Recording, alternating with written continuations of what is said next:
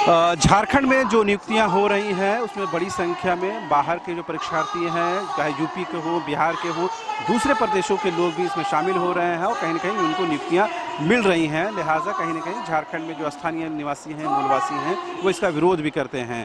आज जब मुख्यमंत्री हेमंत सोरेन के हाथों 2550 की संख्या में सफल परीक्षार्थियों को नियुक्ति पत्र दिया जा रहा है, उन्हीं में से दिनेश मौर्य हैं जो उत्तर प्रदेश से आए हुए हैं। इनके बारे में आपको तफसील से बताएंगे, सीधे इनसे बात करते हैं।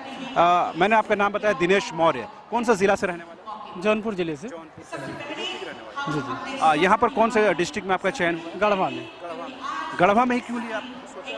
हाँ, गढ़वा डिस्ट्रिक्ट में क्यों लिया? क्योंकि हमारे यहाँ से वो मतलब सटा हुआ जिला है यूपी से। सोनभद्र के बाद गढ़वा है और हमारे फ्रेंड्स भी जो है इलाहाबाद में हमारे साथ रह के गढ़वा के ही हैं, जो तैयारी करते थे, तो साथ में ही फॉर्म भर दिया था हमने भी और दोनों साथ में ही तैयारी करते थे, तो यहाँ पे हो गया अपना, आ गए। बड़ा लंबा इंतजार करना पड़ा। आप जब एग्जाम देने के बाद आप यूपी चले गए होंगे? हाँ, हमने यूपी का ही ज़्यादातर एग्ज़ाम देते हैं। यूपीएसआई में क्वालिफाई किया था मैंने, फाइनल मेरिट में नहीं हुआ। और रही बात यहाँ का, तो संघर्ष तो झारखंड के छात्रों ने ही किया। हम तो यूपी में थे, कभी आते नहीं थे यहाँ पे। हाँ, फाइनेंशियली सपोर्ट मैं करता था बराबर, लेकिन कभी आया नहीं। लेकिन हाँ, ये धन्यवाद मैं दूंगा झारखंड के जितने हमारे मित्र हैं, साथी हैं, उन्हीं का जो उनके संघर्षों का फल है कि हमको भी उसमें मिल रहा है, लाभ मिल रहा है। क्या लग रहा है झारखंड में जॉब को लेकर के, सरकारी नौकरी को लेकर कैसा वातावरण है? अभी देखिए, ये तो सबको पता ही है।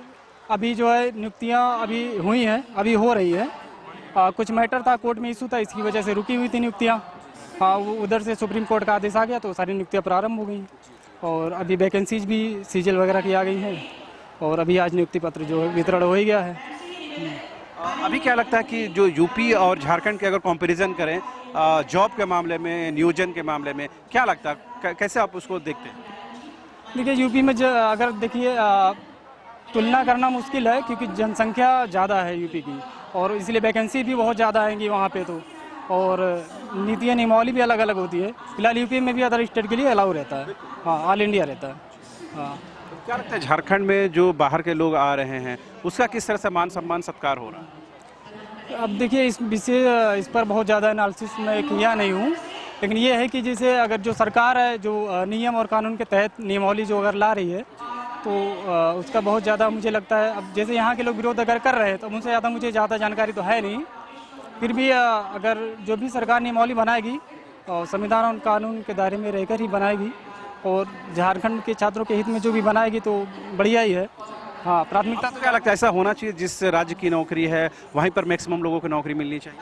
हम ज़्यादातर तो वहीं का होना चाहिए। हाँ, कुछ जैसे कि कुछ परसेंट होता है, कुछ परसेंटेज होते हैं, जैसे कहीं कहीं पे होता है यूआर कैटेगरी जो होती है अदर स्टेट के लिए रिजर्व होता है, कहीं कहीं कुछ परसेंटेज निर्धारित कर दिया जाता है। ऐसा भी हो सकता है यहाँ पे, ऐसी बात नहीं। हाँ, आप कौन से गोड्डा डिस्ट्रिक्ट से। कहाँ के मूल रूप से रहने वाले? मुख्य रूप से गोड्डे के हैं। जी हाँ। कहाँ पर वैकेंसी मिला है आपको? तो गोड्डा ही। हाँ। तो आपको क्या लग रहा है जो भी संघर्ष करने के बाद अल्टीमेटली हुआ, इसके लिए किसको श्रेय देने की जरूरत है? श्रेय तो मैं ये बोलूँगा, ये तो मैं पूरा श्रेय सुप्रीम कोर्ट को दूंगा कि ये अगर सुप्रीम कोर्ट नहीं पूरा क्लियर करती तो ये सरकार ये वैकेंसी को अपने रद्द कर चुकी थी। आपने देखा होगा कि ये वैकेंसी को जब हाई कोर्ट ने लगभग 19 में ही डिसीजन दे दिया था कि ये लोगों को दिया जा सकता है स्टेट, आप डिस्ट्रिक्ट को रिशफल करके उसको स्टेट मेरिट में दिया जा सकता है। कह रहे हैं कि सरकार जो राज्य सरकार है उससे ज़्यादा कहीं ना कहीं जुडिशियरी का इंटरफेरेंस। जी जी हाँ, आप इसमें श्योर आप देख ही सकते हैं कि जब हाई कोर्ट ने इंटरफेयर किया, हाई कोर्ट ने डिसीजन दिया कि आप रिजल्ट इसके माध्यम से डिस्ट्रिक्ट न करके उसको स्टेट मेरिट पे रिशफल कीजिए। आपने रिजल्ट निकालने के लिए आपको आदेश दिया गया, डायरेक्शन दिया गया, आपने उसका पालन नहीं किया। ये तो यहाँ के लड़के के लिए गलत बात है। फिर आपने ये तो गलत हो गया, ऊपर से इसकी बात नहीं सुन के आपके ऊपर सारा हुआ। तो इनके आप जानबे करते हैं कि हाई कोर्ट की बात को सरकार नेगलेक्ट करके ही चलती है। तो ये लड़का फिर अपने परिस्थिति के अनुसार सुप्रीम कोर्ट की ओर अग्रसर हुए और वहाँ से जजमेंट भी हुआ जो आपके फेवर में। हम ये जानना चाह रहे हैं, क्या वाकई में अगर जुडिशरी का या न्यायालय का इंटरफेरेंस नहीं होता तो ये नियुक्ति नहीं होती? हाँ, मुझे तो लगता है क्योंकि लगभग निरस्त होने के कगार पर थी ये नियुक्ति, लेकिन जब सुप्रीम कोर्ट का जजमेंट आया आखिरी में तो सरकार ने भी इसकी नियुक्ति प्रक्रिया आगे बढ़ा दी। हाँ, मैटर इशू ही ऐसा था कि लगभग 2-3 साल से मैटर हाई कोर्ट में चला, फिर सुप्रीम कोर्ट में चला, और ये कहा जा सकता है कि सुप्रीम कोर्ट के आदेश पर ही ये हो पाया है सब कुछ। झारखंड में नौकरी करने जा रहे हैं तो झारखंड के जो आदिवासी हैं, मूलवासी हैं और यहाँ के स्थानीयता अभी तक लोकल कौन रेसिडेंट हैं वो अभी तक डिफाइन नहीं हुआ है, ठीक है ना। इसको लेकर बहुत कॉम्प्लेक्स स्थिति है। आपको क्या लगता है कि यहाँ के लोगों के फेवर में क्या होना चाहिए या क्या डेफिनेशन होना चाहिए जो स्थानीयता का? स्थानीयता के लिए सर यहाँ के लोगों के विकास के लिए नियमावली तो बनानी चाहिए। एकदम से मैं ये तो नहीं कहूँगा कि मुझे लगता है कि पूरा 100% रिजर्व कर देना चाहिए, लेकिन हाँ प्राथमिकता झारखंड के छात्रों को देनी चाहिए, क्योंकि अभी अगर जैसे कुछ क्षेत्र पिछड़ा हुआ है तो उनको आगे बढ़ाने का मौका देना चाहिए।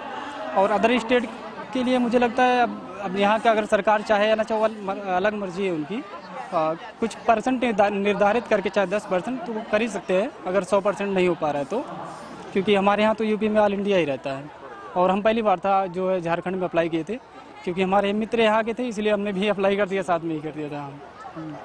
क्या लगता है, चूँकि आप तो यूपी के परिवेश में पढ़े लिखे बढ़े हैं, आपके मित्र पहले झारखंड के हैं, झारखंड में आपको काम करना, नौकरी करना, एडजस्ट करना कितना मुश्किल होगा या कितना आसान?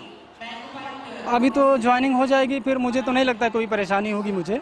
अभी ये अपना समझ लीजिए एक प्रकार से मेरी कर्म भूमि होगी, यहाँ गवर्नमेंट के जॉब में रहकर अपने कर्तव्य का निर्वहन करूँगा सही से। बाकी वैसे मुझे नहीं लगता कोई मुश्किलें आएंगी। तो आपने सुना किस तरह से जो एक यूपी के छात्र थे जिनका चयन पंचायत सचिव के अभ्यर्थी के तौर पर हुआ है, उन्होंने साफ तौर पर कहा कि भले ही वो यूपी के हों लेकिन उनका जो कर्म स्थल है वो झारखंड होगा और झारखंड की वो सेवा करेंगे। लेकिन उन्होंने ये भी जरूर माना कि झारखंड की नौकरियों में पहला जो हक है वो यहाँ के लोगों का है।